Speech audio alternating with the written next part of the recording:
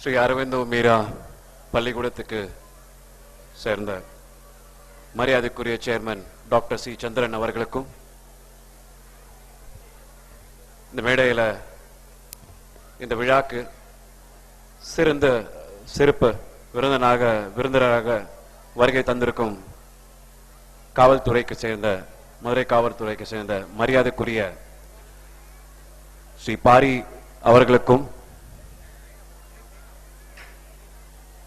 மதுரை வருமான வரித்துறைக்கு சேர்ந்த கமிஷனர் ஐயா ஸ்ரீ கோவிந்தராஜன் அவர்களுக்கும் இந்த பள்ளிக்கூடத்தின் பிரின்சிபல் திருமதி ஹெலன் மார்க்கஸ் அவர்களுக்கும்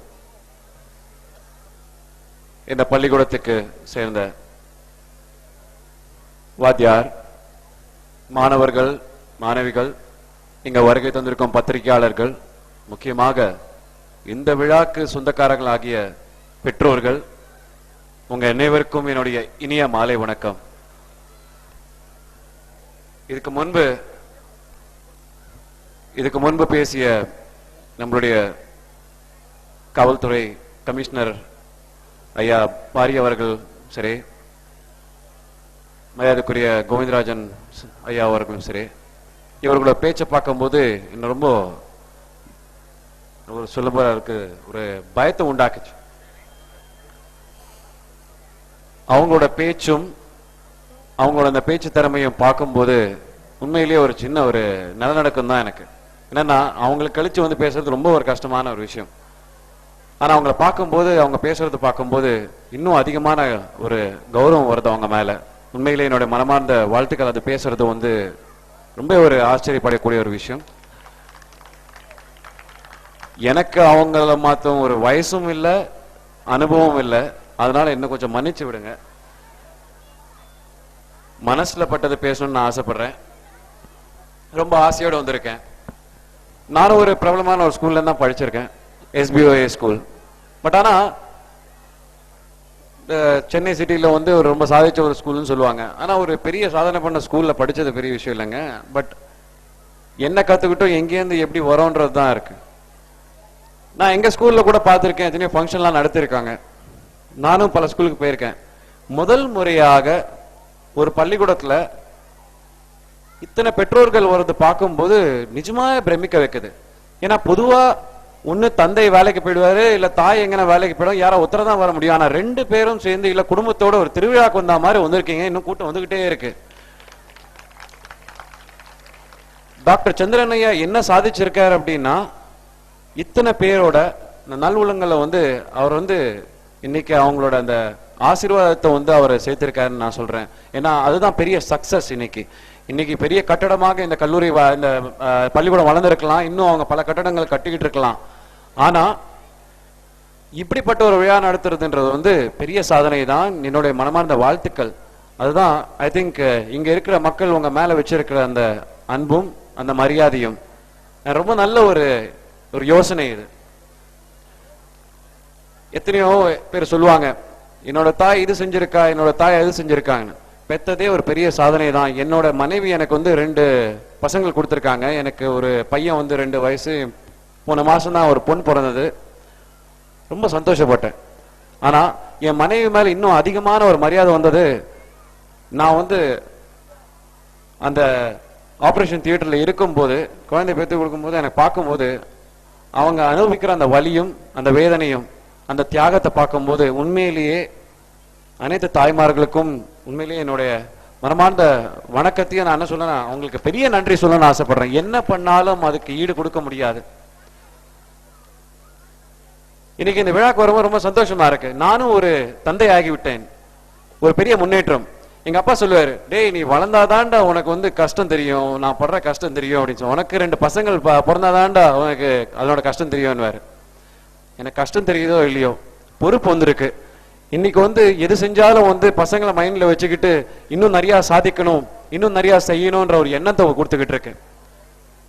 எல்லாருக்கும் வாழ்க்கையில தாய் ரொம்ப முக்கியமானது தான்.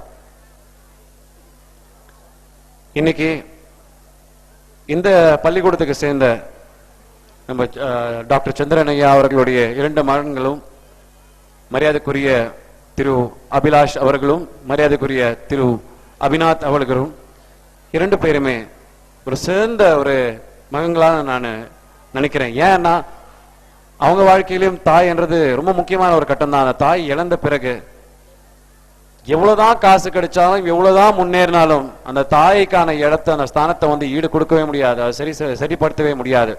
ஆனா அவங்களோட நினைவுல இந்த விழா நடத்தணும்ன்ற அந்த எண்ணத்தை வந்து அவங்க தாய் மேல வச்சிருக்க அந்த அன்பும் அந்த பாசமும் அவங்க வச்சிருக்க அந்த மரியாதையும் எடுத்து காட்டுது. என்னுடைய வாழ்த்துக்கள். ஒரு நல்ல மகங்கள் வந்து அவங்களுக்கு கிடைச்சிருக்காங்க. உண்மையிலேயே அரவிந்தோ மதரோட ஆசீர்வாதம் இந்த பள்ளிக்கூடத்து மேல இருக்கு. மேலும் மேலும் வளர்ந்துகிட்டு இருக்காங்க. 150 ஸ்டூடெண்ட்ஸோட தான் ஆரம்பிச்சிருக்கேன்னு சொன்னாங்க, மாணவர் மாணவிகளோட ஆரம்பிச்சேன்னு சொன்னாங்க. இன்னைக்கு 2000க்கு மேலான மாணவர்கள் இருக்காங்க. பெரிய ஒரு வளர்ச்சி. மதுரையிலேயே இவ்வளவு சென்டர்ல வந்து ஒரு நல்ல ஸ்கூல் அமையறதுன்றது ரொம்ப நல்ல விஷயம். முதல்ல கல்வி என்றது அந்த துறைக்கு சேர்ந்து ஒரு தொழில் செய்யறது ரொம்ப நல்ல ஒரு ஆரோக்கியமான விஷயம். 4 பேருக்கு படிப்பு கொடுக்கறதுன்றது பெரிய ஒரு சாதனை. அதை செஞ்சிட்டு இருக்கீங்க. அந்த மாதிரி ஒரு தொழிலை செஞ்சிட்டு இருக்கீங்க. உண்மையிலேயே நீங்க நல்லவர் தான். பொதுவா சொல்லுவாங்க, it is nice to be important but it is more important to be nice என்றால், பிரபலமானது முக்கியம் இல்ல, நல்ல மனிதர் என்ற பேரு வாங்குறது தான் முக்கியம். டாக்டர் சந்திரனையா அவர்களே, நீங்க நல்ல மனிதர். நீங்க நல்ல மனிதர்ன்றதுனாலதான் இந்த அளவுக்கு நீங்க பிரபலமா இருக்கீங்க. ஏன்னா உங்களோட அறிமுகமானது வந்து இந்த விழால தான். ஆனா அந்த விழால சந்திக்கும் போதே அவரோட அந்த பேச்சுல பார்க்கும்போது நேர்மையும் உழைப்பும் கண்ணியமும் தெரிகிறது.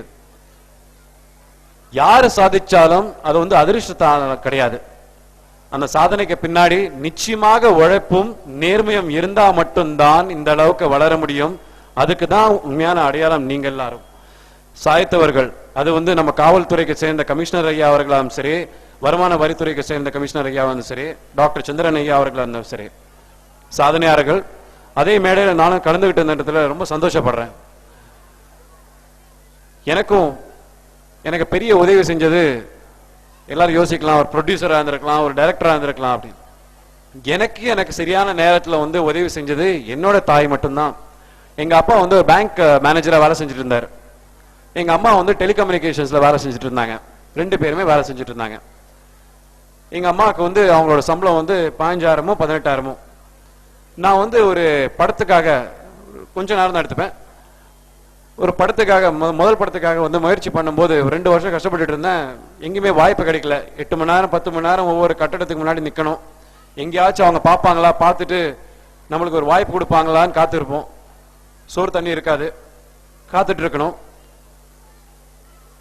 ஒரு பர்டிகுலர் டைரக்டர் மீட் பண்ணும்போது அவர் சொன்னாரு, போட்டோ எடுத்துட்டு வா தம்பி அப்படின்னாரு.